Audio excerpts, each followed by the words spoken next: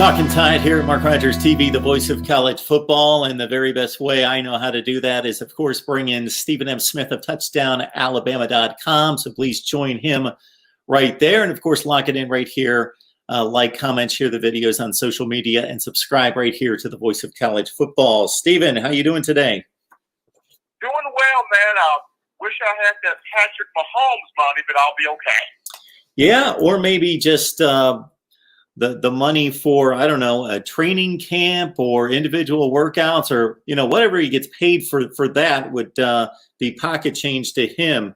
But it's pretty massive, the amounts of money we're talking about when talking about Patrick Mahomes. But here at the collegiate level, some guys who hope to get to that next level maybe in about 3 to 4 years. One in particular could come into the fold, making a decision for Alabama later this week in Kendrick Blackshear. I see the 7th rated inside linebacker in the country, according to the 247 Sports Composite out of Duncansville, Texas.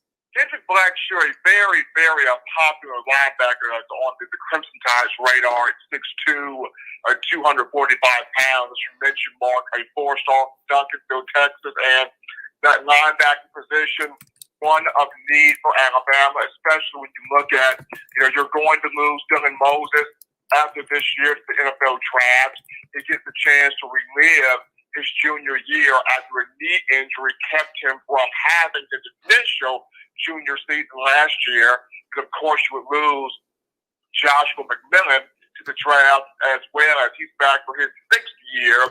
He had a medical red shirt this past season after having an injury as well. So you would lose both of those guys, and possibly some others if they choose to pursue the NCAA transfer portal. So if Alabama can land a commitment from Kendrick Blackshear on this weekend, that being Friday, it would be huge for the Crimson Tide. But he is a guy that's on the radar right now. So he's a top 150 player, regardless of position, according to the composite, and a top 25 player in the state of Texas. Dallas Turner, he has made his commitment here in the last week. And when we talk top prospects, of course, Texas and Florida, always on the forefront. So we go from Texas, we go to Florida and St. Thomas Aquinas High School. They're in Fort Lauderdale for Dallas Turner, 2nd-rated weak side defensive end in the country, Stephen.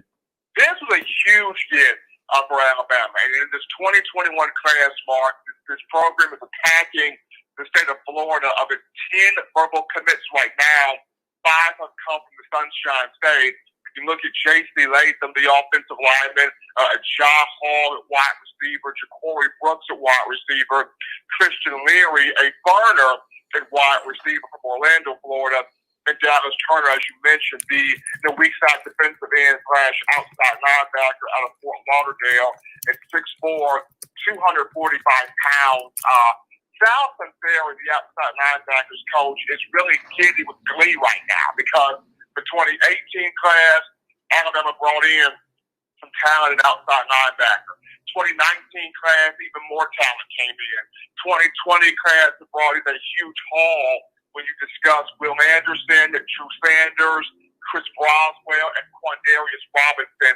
And now 2021, you have the potential of, should he sign, bringing in another big-time name and a Dallas Turner who can rush the quarterback, affect the run game. He is a special, special talent. I remember talking to our recruiting guy for Touchdown Alabama magazine, Justin Smith, who has his show called The Process on our YouTube channel. He got a chance to watch this young man in person. And not only does he play defense well, Mark, they actually lined him up on offense a couple of times, or a few times there at St. Thomas Aquinas. He's catching passes in a wide receiver position. This is a guy in Dallas Turner, a very different type of talent, but he'll more than likely definitely be used at outside linebacker, and Southland Ferry are very, very happy right now. We are just about 5 months away from National Signing Day in December. Alabama with the 12th rated class in the country, number 4 in the SEC.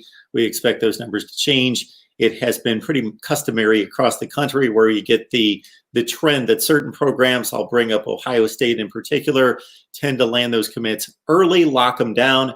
Alabama typically makes a late push, and I'm not talking the final few days before National Signing Day, but certainly stronger in the preceding months right before National Signing Day, and they should come out with that top 2 to 3 classes we might expect. Stephen M. Smith of TouchdownAlabama.com. Please join him right there for your Alabama football fix. Stephen, we appreciate you stopping by. Absolutely. Thank you.